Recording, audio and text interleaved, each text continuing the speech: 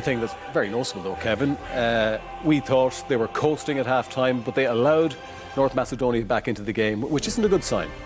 No, they were coasting. They had chance after chance. We showed at half-time. Listen, they could have had a hatful of goals. And you're worried for North Macedonia. We were very critical of a half-time. You think, it's going to be... to say the least, hold our hands up there and give them credit where credit's due in the second half. They could have come out and, it could have been 4-5-0 if it had gone like the first half. And they didn't. They put up a real fight, a real performance. They could have easily got something out of that game in the end. It wasn't just a bit. They got people forward. They created chances right up till the end. They were attacking. You see how passionate their fans were, how passionate, how disappointed Macedonia were at the end, which shows you how they felt about the game. Listen, for qualifying, they're heroes in their country, but they won't be going. They'll lose their last game now. They won't be going home with their tail between their legs. It won't. I'm sure they'll be disappointed. They'll want to get something in the last game out of the tournament, but they've showed in that second half why they're there. We talked about it beforehand. Listen, should some of the teams be at the tournament have the UEFA diluted it by going to 24? Well, they put in as good a performance, had Ukraine under pressure, made Ukraine finish out that 90 minutes and take it seriously and not just bring on a load of subs and keep lads fresh, made it a proper 90 minutes for Ukraine. Yeah, I suppose there's always something about first-timers at a major championship, Damien. They bring to the party an awful lot of passion, plenty of desire, plenty of fight. We saw all that in North Macedonia, but in fairness to them, it wasn't just about that because they showed a bit of quality in that second half. They did, yeah. Listen, I mugged them off at half-time. I guess it's me looking the mug now, but yeah, listen, they do have that dash of quality. Not a lot through the team. Obviously, Alioski out in the left. Yeah. Pandef. But yeah, the one thing that got them back in the game for me is the character. That's number one. And you can see why they've gone away to Germany and beaten Germany in the group stages. Anya, I think, described it well at the end of commentary there. Were Ukraine so good in the first half because Macedonia were so bad? I think we saw the answer. It totally flipped in the second half. So you'd worry maybe about Ukraine going to get a result against Austria. Yeah. But listen, fair play to Macedonia, North Macedonia. Sorry, they obviously brought a lot of fans. It'd be nice to even fill the place. How much it means to them.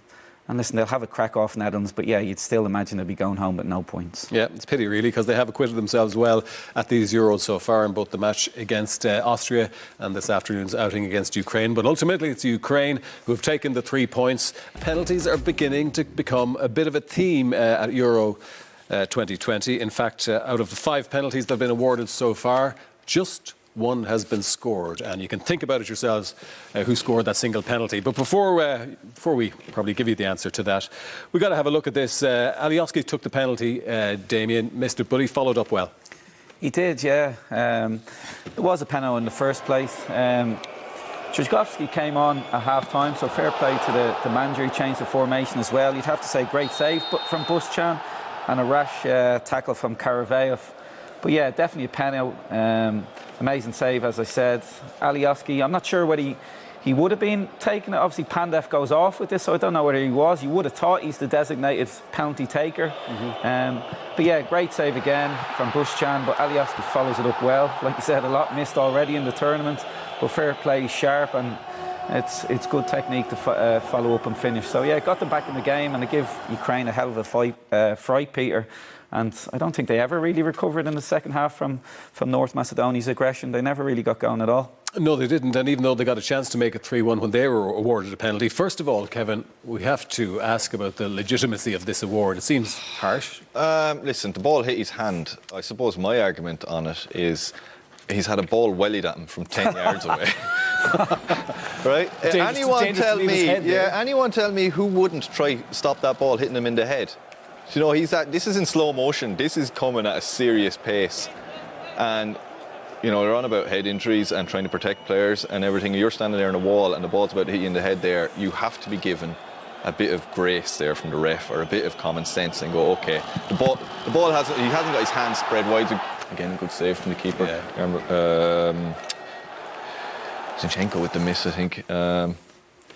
Yeah, but it does. I mean, the rules do state now. The new handball rules say. I mean, once you move your arm towards the ball, once you I don't think he's moving the arm. I don't think he's moving the arm. He's not increased his body size. He's put his hands up like that to protect the side of his head, because if he doesn't, he's getting it wellied in the side of the head. And we're talking about... He could always duck.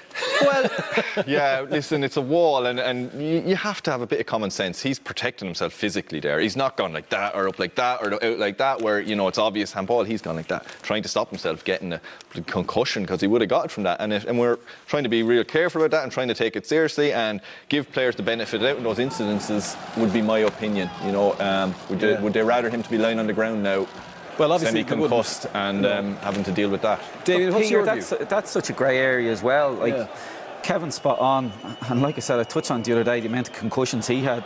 The way footballers hit balls nowadays, the speed, 60, 70 kilometres an hour, Ronaldo, the way he hits them, you're receiving that in the side of the head. You should be allowed to put your arm in front of your face. It's not outstretched, it's not away from his body, he's just protecting his face. So it's a grey area. I don't know what it says in the rule book about, are you allowed for free kicks, hold your arm in front of your face?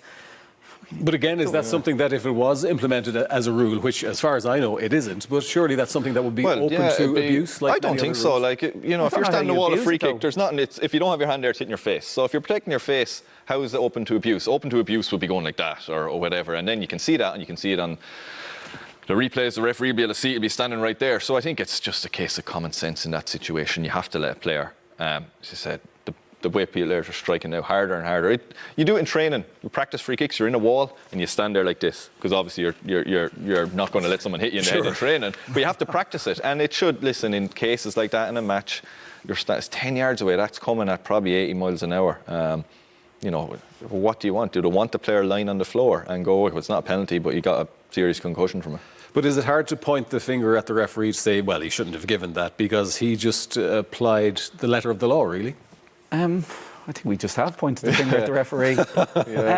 No, I think, like Kevin says, I just think it's common sense. It's not outstretched. It's hard from the angles there, but if the ball doesn't hit him in the arm, it's hitting him in the face or the side of the head. So he's every right to protect his head, for me. So again, it's rule book stuff.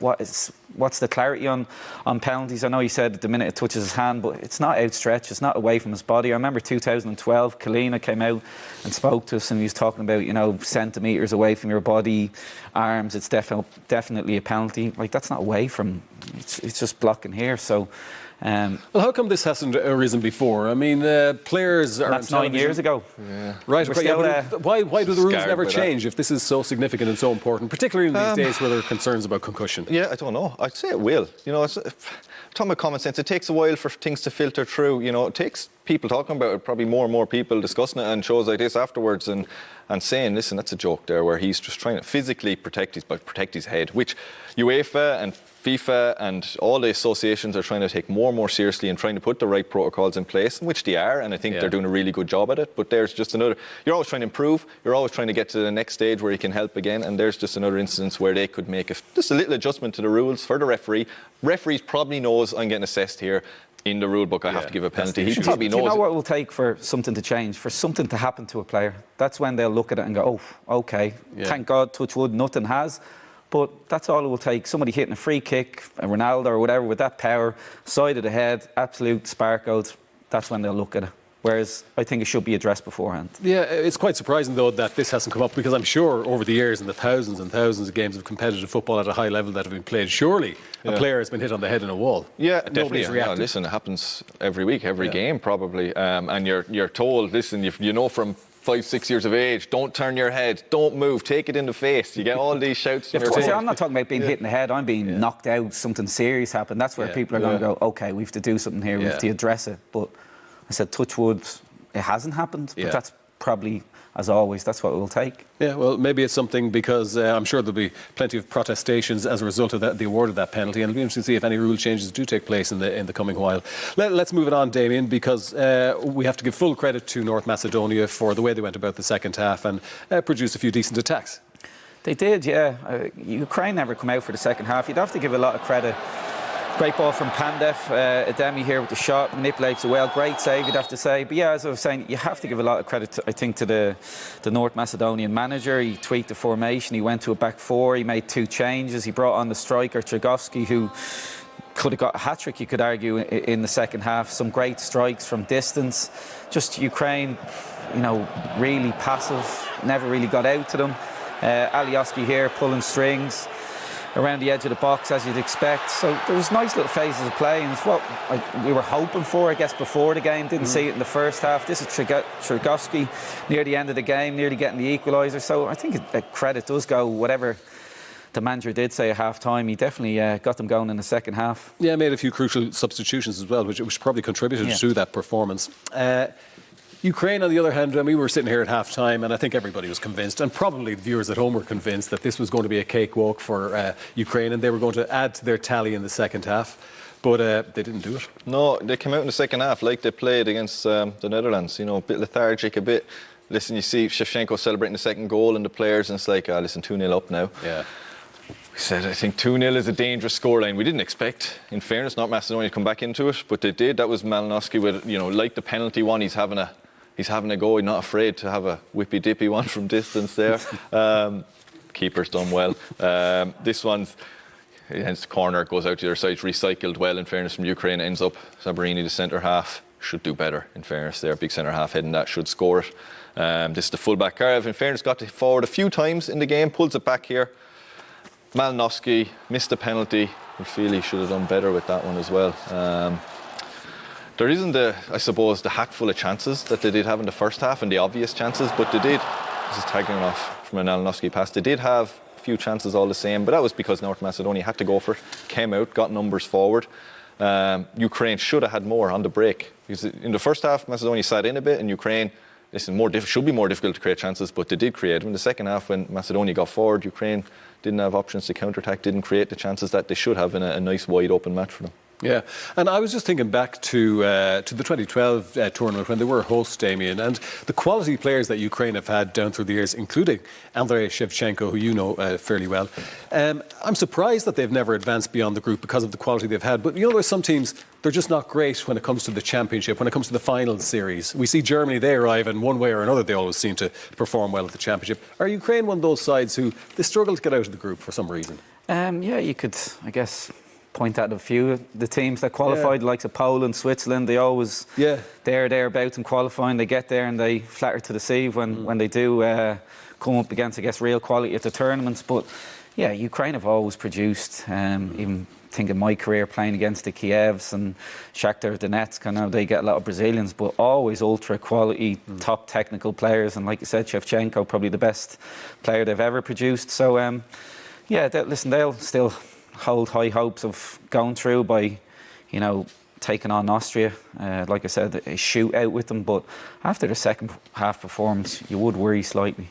Yeah, there's certainly still question marks over them, but they get the 3 points today. Yarmolenko, and we commented on the defending from this corner, Kevin. Possibly better positions could have been taken up. No, listen, you're North Macedonia. First of all, that one there, the flick on at the front post, and Rosowski then at the back stick knock marker. In two instances, first of all, you get a man out in front. Thinking of, you know, details that win games. Giovanni Trapattoni, details. It was the one rant he'd have at us. We practiced these corners, and I was the front post man. Yeah. You know, if anyone got in front of me at that front post, he had a complete meltdown, whether it was training, a game, whatever. Because it's a front post flick that makes it really hard for Rostovsky then to keep an eye on Yarmolenko. He should still hold on to him. He ball watches, and Yarmolenko slips in behind him and scores.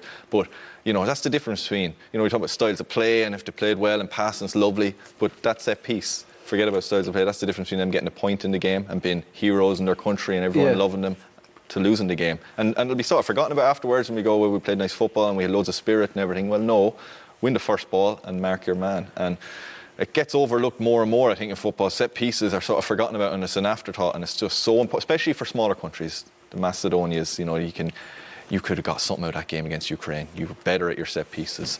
So it's all... Just on, sorry Kevin, if we're name dropping here.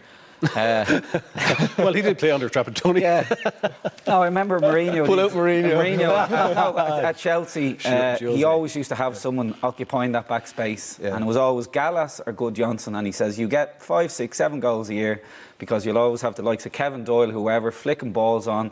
And the amount of balls that flash by that back post in any game, in any season, is a ridiculous amount. And he always had someone there, and it's a tap-in. And it's exactly like Yarmolenko there. So apologies to jump in on that. But I just remember it always stuck me, and if there was ever a team I coached, he'd always go fill that, because you just get tappings there. It's important details, you know. And people like talk about top managers and top coaches. You've mentioned one of the best ever, and Trapattoni was one of the best ever, and that was the sort of details they went into. It wasn't so much, listen, style of play or whatever. We could have been criticised at the time with Ireland, but for us to get big results in games was that the little details we had to get right all the time. And it's, I don't know, I think it's coaches need to be more on that, especially coming up through the underages. You have to get those details right. It's not just about systems and styles and playing lovely football. Those are the things that win and lose you games, especially at say Ireland's level, at Macedonia's level. It's okay when you're Germany or the Netherlands or whatever, Spain, you're going to create a load of chances. You can maybe make up for those details of set pieces. We can't afford it, and Macedonia couldn't in that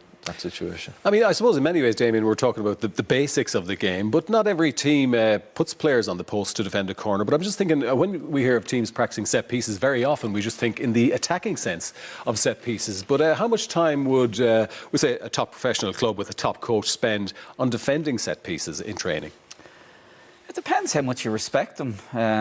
Like I've obviously had one stint working at the top level. Two, Ireland and Celtic. At Celtic, we do them every Friday before a game. You'd always reference the defensive stuff. They'd always be up on the wall. Like, in this day and age, you get so many visuals at meetings and class around the dressing room. If you don't know your job, I just cannot fathom. I cannot fathom. And you'd obviously always work on your attacking stuff as well. So, and the same with the Irish thing. So, usually the attacking person in the back area is smelling the goal, and it's always the person that's defending the back area. They're thinking about what they're having for their dinner, because the defender there was just in another world. He's starting to step out thinking the ball is gone. And so simple. But to not know your role in this day and age when you're given so much information is just mind-blowing. And surely, especially from an international team's point of view, where the manager and the coaching staff have so little time with the players relative to their club coaches and managers, set pieces must take on a whole different level of importance. Yeah, I think so. Listen, everywhere I was, we practiced them. Friday was the obvious one, the day before a game and who you're playing. Pre-season, you know, you'd have new players you'd be practicing maybe for a couple of weeks nearly every day, getting through systems. I remember at Reading, we were quite successful, we were very successful at set pieces. I had to write down on my hand where I was for every set piece, because it changed probably 5 or 6 times during the game. From an attacking sense, from a defending sense, it was always quite stable and obvious. I knew what I had to do, but there's nothing like doing it on a training pitch. You know, you can look at the board and you can see clips and you can be told on a sheet, but putting it into play and seeing what can happen and what to deal with when this does happen, you can only replicate that by practicing. And some lads don't like it and they moan and they give out, and I probably did Any as well. coach that ever takes set pieces on a Friday, it's the biggest graveyard shift you'd ever take in your life, because like Kevin just said there, they switch off the minute training's over. They want to go in, they don't want to stand around listening to coach where you stand, deliveries, etc. It's a graveyard shift. And how important is it, Damien? I mean, we would expect that professional players, we'd say, especially playing in leagues like the Premier League or even the Championship, that if these instructions are issued by a top coach who emphasises the value of their positioning of set pieces, that they would adhere to whatever is said. But do they all the time? Listen, I think so. The top players take on information. They're like sponges, and that's why they're playing at the top level. The players that can't take on information or won't aren't usually playing at the top level. It's very, very simple. Yeah, very interesting conversation. Let's get back to the goal, the second goal for Ukraine, Damien. We had a look at it earlier on, but Yaremchuk, and he held his run beautifully, didn't he, for this? It's beautiful. Nice crisp pass from Zinchenko. Great run from Yaremchuk. Great finish.